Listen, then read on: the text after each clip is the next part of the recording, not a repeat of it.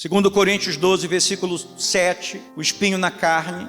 O apóstolo Paulo diz assim: e para que não me ensoberbecesse, ou para que não me orgulhasse com a grandeza das revelações, quer dizer, com aquilo que tudo que Deus me deu, foi-me posto um espinho na carne, mensageiro de Satanás, para me esbofetear, a fim, para que era o fim? Qual era o objetivo desse espinho, desse mensageiro de Satanás? A fim de que não me exalte. Por causa disto, por causa deste espinho, 3 vezes, quantas vezes? 3 vezes. Jesus no Getsêmani também orou quantas vezes? 3 vezes. Pai, afasta de mim esse cálice. Pai, afasta de mim esse cálice. Pai, afasta de mim esse cálice. Deus disse não, não, não. Então Jesus disse que não seja feita a minha vontade, mas a tua vontade. Paulo também pediu para Jesus tirar o espinho da carne dele quantas vezes? 3 vezes. Não, não e não. 3 vezes pedi ao Senhor que o afastasse de mim. Então ele me disse: a minha graça te basta. A minha graça te basta. Porque o poder se aperfeiçoa na fraqueza. De boa vontade, pois mais me gloriarei nas fraquezas, para que sobre mim repouse o poder de Cristo. Pelo que sinto prazer nas fraquezas, nas injúrias, nas necessidades, nas perseguições, nas angústias, por amor de Cristo. Porque quando sou fraco, então é que sou forte. Você que está aqui, você que está me assistindo, você não precisa aprender sobre fé quando você consegue um emprego melhor, uma promoção, quando você ganha um aumento, quando o teu negócio vai bem. Você não precisa aprender sobre fé quando nasce um filho, quando você vira avó, avô. Você não precisa aprender sobre fé quando você vai para uma casa melhor, ou quando você casa com o amor da sua vida. Você não precisa aprender sobre fé quando você faz uma viagem maravilhosa para a Europa ou para os Estados Unidos. Você não precisa aprender sobre fé quando você paga todas as suas contas e ainda sobra uma boa quantia lá no banco. Ninguém precisa aprender sobre fé ou sobre confiança em Deus quando tudo vai bem, porque todo mundo consegue ficar bem quando todas as coisas vão. Agora, você precisa de sabedoria divina, você precisa aprender sobre fé para estar bem quando tudo vai mal, porque isso é para muitos poucos. Não é todo mundo que consegue dormir no meio do barulho, que nem Jesus dormia na tempestade. Não é todo mundo que consegue estar bem quando tudo vai mal. Não é todo mundo que consegue estar feliz quando tudo está desmoronando ao seu redor. Não é todo mundo que consegue estar em paz no meio do caos. Pouquíssimas pessoas conseguem passar por lutas,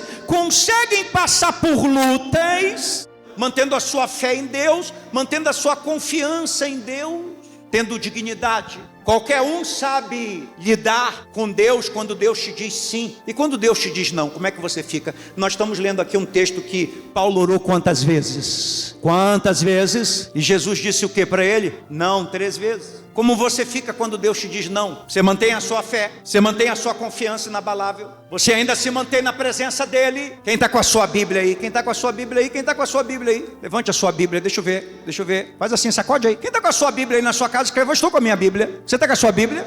Esse homem que nós estamos lendo agora, o que ele está falando, grande parte do Novo Testamento foi ele que escreveu. E ele está contando que ele está passando por um sofrimento. E ele orou para Jesus tirar ele desse sofrimento. Quantas vezes ele orou? E Jesus disse não para ele. Se Jesus não deu tudo para Paulo, o maior apóstolo de todos, um homem que foi arrebatado até o céu, para que ele não se orgulhasse, você pode ter certeza que vai ter vezes que Jesus vai dizer não para mim, vai ter vezes que Jesus vai dizer não para você também. E você vai ter que manter a sua confiança em Deus. Ele sabia o que era melhor para Paulo, ele sabe o que é melhor para mim. Declare isso: Jesus sabe o que é melhor para você. Com o tempo, chega um tempo que você começa a caminhar com Jesus,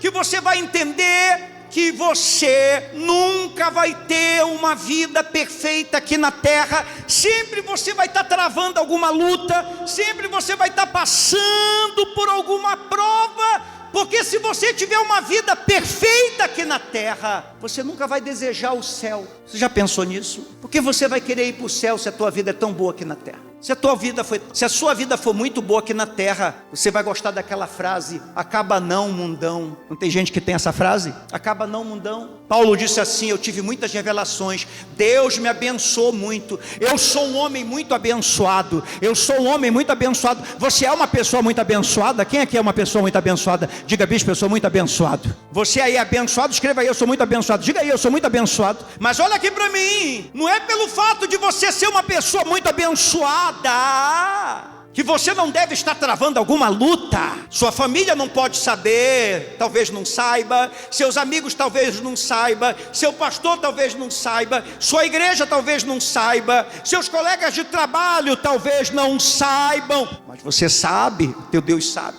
Porque ser abençoado não quer dizer que a tua vida é perfeita. Ser abençoado não é ter uma vida perfeita. Ser abençoado não é ter uma vida perfeita. Se você é uma pessoa de Deus, você sabe que você vive aqui no mundo, mas você não pertence ao mundo. Você espera um dia partir para o céu. Amém? Se a sua vida fosse perfeita aqui na terra, você nunca iria almejar o céu. Nunca. Deus é fiel, Deus é justo. Ele sabe o que você precisa. Você pode ser uma pessoa que Deus vai te abençoar com muita prosperidade. Amém? Muita o quê? Mas vai ter sempre alguma área da tua vida que você vai ter que lidar com outras coisas. Você pode ser a pessoa mais rica do mundo, mas vai ter outra área da tua vida que vai te fazer chorar. E você pode ser a pessoa mais pobre dessa igreja, mais pobre dessa rua, mais pobre desse bairro, mais pobre dessa cidade, e Deus vai te abençoar, e ainda assim, mesmo sendo a mais pobre, vai ter alguma área da tua vida que você vai ter alguma riqueza que nenhum de nós vai ter, porque Deus é justo. Sempre vai ter alguma coisa que a gente vai ter, sempre vai ter alguma coisa que a gente não vai ter. A gente aprende com Paulo que nós nunca vamos ter tudo. Nunca vamos ter tudo. Há um debate muito grande sobre esse espinho na carne. Alguns acham que era um ataque epilético, outros acham que era uma cegueira, alguma limitação. Só posso te adiantar que não era pecado. O espinho na carne não era pecado. Você não pode usar o espinho para dizer: eu tenho um vício, meu espinho na carne é um cigarro, meu espinho na carne é a cachaça, meu espinho na carne é a maconha, meu espinho na carne é uma amante que eu tenho. Não, isso aí não é espinho na carne, isso aí é pecado. O espinho na carne era um sofrimento. Ao mesmo tempo que ele era abençoado, ao mesmo tempo que ele era usado, ao mesmo tempo que ele era uma bênção, ao mesmo tempo ele carregava algo com ele que limitava ele, que fazia ele chorar e gemer, chorar de madrugada, depender cada vez mais de Deus. Deus não nos deu olhos somente para ver as coisas. Você pode ter certeza que Deus te deu os olhos não somente para ver. Deus te deu olhos para você chorar. Sempre vai ter algo que vai te acordar de madrugada para você chorar na presença de Deus, para você chorar na casa dele. Sempre vai ter algo para te limitar. Sempre vai ter algo para te colocar no teu lugar. Deus sempre vai permitir algo na tua vida para você se lembrar que Ele é Deus e não você, que Ele é eterno e não você, que Ele pode todas as coisas e não você, que você depende dEle, não Ele depende de você. Então ninguém sabe qual é esse espinho na carne, e eu acredito que Deus deixou isso escondido, para que cada um de nós, quando lê esse texto que fala do espinho, a gente veja nesse espinho aquilo que dói em cada um de nós. Eu tenho algo que dói em mim, você tem algo que dói em você. Eu tenho uma luta que eu travo no secreto que ninguém sabe. Você tem algo que você trava no seu secreto que ninguém sabe. Eu tenho um espinho, você tem um espinho. Eu tenho algo que me humilha, você tem algo que te humilha. Eu sou abençoado, mas eu tenho um espinho. Você pode ser muito abençoada, mas você também tem um espinho. Mas lembre-se disso, Deus nunca vai permitir algo que você não possa caminhar com aquilo, suportar aquilo, permanecer com aquilo. O mesmo Jesus que disse: não vou tirar, disse: a minha graça, ela vai te bastar. A minha graça vai te bastar. Quando Deus permite que você passe com algo, Deus já calculou o que você pode e o que você não pode. Você pode ter certeza que aquilo que você passa na sua vida, aquilo que você enfrenta na sua vida, os ataques que você passa, as lutas que você passa, Jesus já fez o cálculo. E Jesus já te deu a graça suficiente, o poder suficiente, a unção suficiente para você enfrentar e para você vencer. Amém? Aonde eu sou atacado, aonde você é atacada, pelas coisas que eu passo, pelas coisas que você passa, Deus já me deu, diga assim, Deus já me deu graça suficiente para suportar, para enfrentar, para vencer, para seguir em frente. Amém? Jesus já considerou o peso antes de colocar a luta na tua vida. Amém? Você acha muitas das vezes que não vai aguentar, você acha que vai perder a batalha, você acha que vai ficar louco em seus pensamentos, você sente que vai desmoronar. Mas ele diz assim, a minha graça para você é suficiente, o meu poder é contigo. O apóstolo Paulo diz, eu completei a minha carreira, aquele espinho foi com ele até o final. Tem coisas que vão com a gente até o final da nossa vida, tem problemas que vão com a gente até o final da nossa vida, mas a presença de Deus, diga comigo, a presença de Deus vai também comigo até o último dia da minha vida. Então eu não gosto disso, mas eu tenho graça para isso. Dói, mas eu tenho graça para isso. Eu estou numa luta, mas eu tenho graça para isso. Eu estou num deserto, mas eu tenho graça para isso. Eu posso chorar, mas eu tenho graça para isso. Eu tenho graça para viver o que eu estou vivendo. Eu tenho graça para enfrentar o que eu estou enfrentando. Posso estar passando por essa doença, mas eu tenho graça para vencer. Posso estar passando por isso no meu trabalho, mas eu tenho graça para vencer. Posso estar passando por uma situação difícil, mas eu tenho graça para vencer. Posso estar lidando com pessoas difíceis na minha família, mas eu tenho graça para lidar com isso. Posso estar lidando com pessoas difíceis no meu trabalho, mas eu tenho graça para lidar. Não deixe as lágrimas que saem dos meus olhos te enganar. Eu tenho graça para lidar com isso. Amém? Eu posso estar chorando, mas eu tenho graça para lidar com isso. Jesus disse para Paulo, a minha graça te basta. A graça de Deus, a presença de Deus te basta. Eu tenho um versículo que eu guardo com ele muito, eu guardo esse versículo muitos anos. Eu só uso ele em momentos difíceis. Sabe aqueles dias que são difíceis? Sabe aqueles dias que você não quer levantar da cama? Sabe aqueles dias que o diabo vem te visitar e diz assim, você não vai suportar o processo. Você não consegue, essa luta é grande demais. Eu tenho um versículo guardado para esses dias. Eu acho que eu nunca revelei ele para vocês. Você quer que eu revele ele para vocês? Eu nunca revelo ele, mas eu vou revelar ele para vocês. Deuteronômio 33, 25, na nova versão transformadora. Só uso ele para dias difíceis. Não é para dias felizes, não é para quando você está forte, é para aqueles dias que você não consegue nem se levantar, é para dias que você está sendo muito atacado. Deuteronômio 33, 25 diz que as trancas de tuas portas,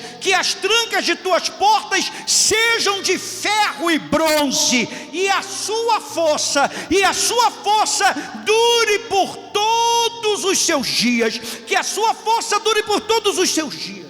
E eu digo para Satanás, você não tem força para entrar na minha vida. As minhas portas são de bronze e de ferro. Você não tem força para abrir elas, pois as tuas forças foram arrancadas na cruz. Eu vou ser forte todos os dias da minha vida. Eu tenho força para viver dias felizes, eu tenho força para viver dias tristes. Eu tenho força para viver na bonança, eu tenho força para viver na tempestade. Eu tenho força para viver os 7 anos de vacas gordas, eu tenho força para viver os 7 anos de vacas magras. Eu sei viver tanto na fartura, eu sei viver tanto quando me falta tudo, porque Deus é a minha força. Amém? Louvado seja Deus. E eu sempre me levanto, e a sua força dure por todos os dias. Todos os dias. Que você seja forte todos os dias. Quando você anda muito tempo com Jesus, você aprende que muitas lutas significam muitas glórias, muitas pressões significam muita unção. Quanto mais dificuldades, mais testemunhos. Confie mais em Jesus quando Ele te diz não. Confie quando Jesus não te dá aquele emprego. Confie mais quando você não conseguir aquela casa, quando você não fechar aquele negócio. Confie mais quando você não casar com aquela pessoa. Confie quando você perder aquele ente querido. Quanto mais difícil o dia, maior é a graça. Quanto mais intenso o tempo, maior é a força. Quanto mais pesado o dilema, mais preparado o crente está sendo. Deus manda te dizer nessa manhã que a graça dele é suficiente para você. A presença dele é maior que tudo que você está enfrentando. Apesar de tudo, ele vai te manter de pé. Ele vai te sustentar. Talvez no fim da batalha tu esteja descabelada. Talvez no fim da batalha tu não esteja maquiada, mas tu vai sobreviver.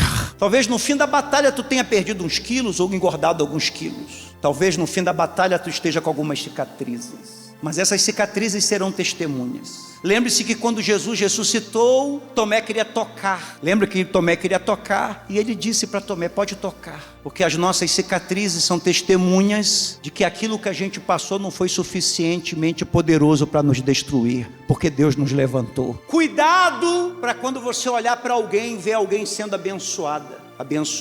Você olha para alguém e fala assim: eu queria tanta vida daquela pessoa, ela é tão abençoada. Cuidado, você olha para as bênçãos, mas você não está vendo os espinhos que aquela pessoa tem. Quanto mais bênçãos, mais espinhos. Quanto mais bênçãos, mais batalhas. É que quem é abençoado não conta as batalhas que trava nos bastidores. É por isso que quando alguém fala de você, dói tanto. Porque quem fala de você não sabe o que tu passa. Porque muita coisa que tu passa só você e Deus. É ou não é verdade? Muita coisa que Paulo passava, ele passava sozinho. Porque a pessoa de Deus é assim. Ela trava as lutas dela com o joelho no chão, jejum, oração, voto e lágrimas. Mas Deus é bom. Diga assim: Deus é bom. Deus é bom o tempo todo.